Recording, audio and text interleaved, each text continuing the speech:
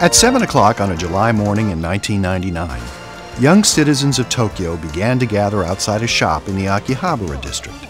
They were here for a chance to meet two of the creators of Lunar, Toshiyuki Kuboka, the artist who designed the Lunar characters and the world they inhabit, and Kei Shigema, writer of the Lunar scenarios. Lunar Eternal Blue is, for me, it was my very first game when it was released for Sega Saturn. The characters are very good. Each heroine of the series is very cute.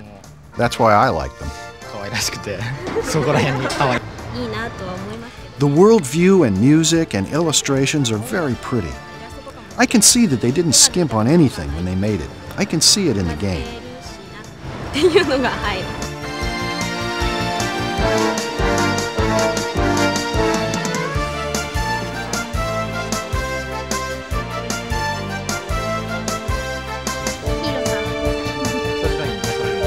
Which scene was the most difficult to create when you were working on each game?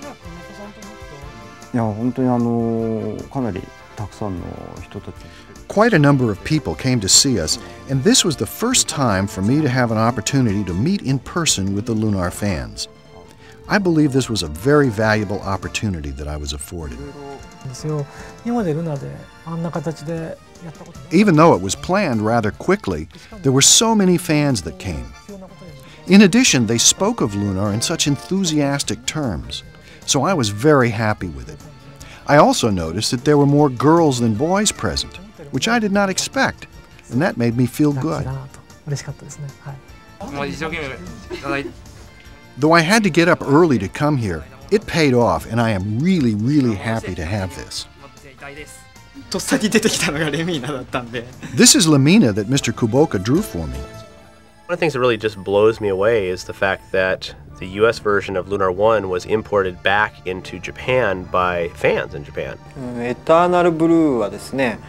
Eternal Blue is in the genre of a role-playing game.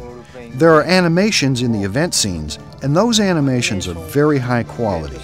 And the story is also very efficient in terms of appealing to the players. I think Eternal Blue is one of the greatest RPG games to utilize animation that was ever made. This is a game, but this game is a work of entertainment. Therefore, I believe that with a game like Lunar, which was well received in Japan, there is no way that it won't be well received in America.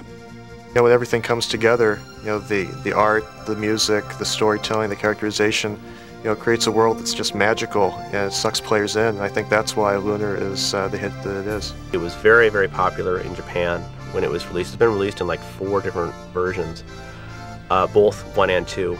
And then when it came to the US, it has gained momentum with every release. Every release has been more than the one before. The most enjoyable thing for me as a producer is to recognize that people from all over the world will respond to our games and say, for example, "It was great." Creative people, like me, prefer fan mail to money.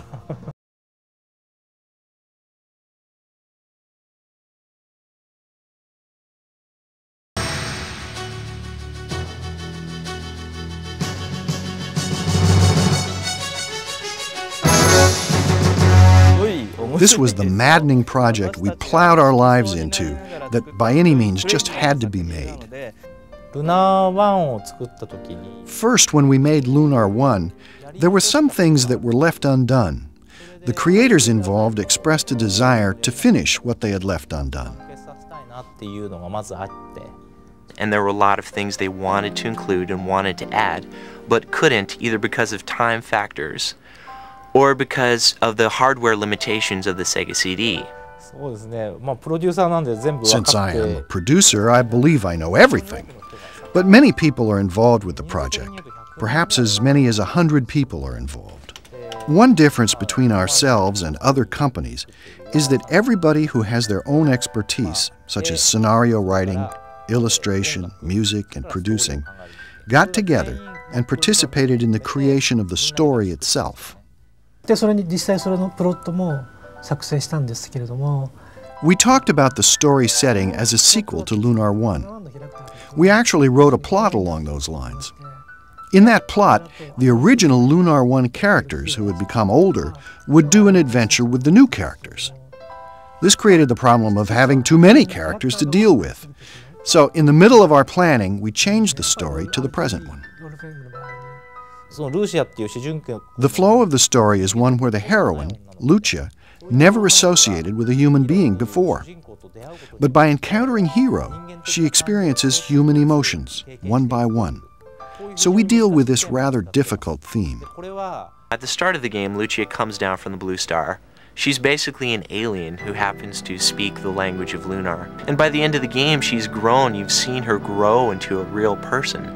Someone who feels emotion, someone who feels love. The way that they handled the bath scenes in Lunar 2 was to make a comment on Lucia's growth. The first bath scene is Hiro and Ruby, and then Lucia walks in. And Lucia is completely unassuming. She walks in naked and she's like, well, you know, there is a girl's bath, but I want to take a bath with you. No sexual overtone on her part at all, but she was just completely unaware of, you know, what was going on. But by the second scene where she's bathing in the spring and Hiro walks in on her, the reverse situation, she's embarrassed about her nakedness. When she hears somebody's there, she covers up because she's embarrassed. And it's a great, great commentary on sort of humanity in a very subtle way. In the Lunar series, we wanted to describe real human-like characters. This applied not only to the main characters, but also to ordinary characters who lived in the town also. We wanted to describe them in real human terms. You want to play a game and experience characters, and you want to watch them change. That's the core of any good story. So every character in Lunar 2, as with Lunar 1, does change. And by the end of the game, you like what they've become. These days, there are so many outrageous stories involving people's deaths, etc. But rather than producing that sort of story, I have been pleased to see a story like ours, where a boy tries to rescue a girl. That sort of rather normal story was well received. A fighting game or a shooting game, those are easy. But to develop a role-playing game, which is the reason why people have stayed away from them for so long, is because it's hard. You have to make characters that people like, and if they don't like it, that's the end of the franchise. There is no sequel. The thing that is different from movies, novels, animations is that the game players actively interact with the product.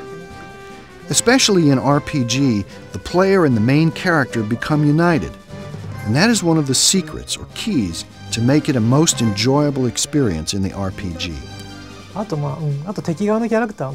Regarding our hero in Lunar 2, Hiro, I wanted to make him a little bit more talkative as compared to Lunar 1's hero, Alex. Lunar 1's Alex had some rather transparent characteristics.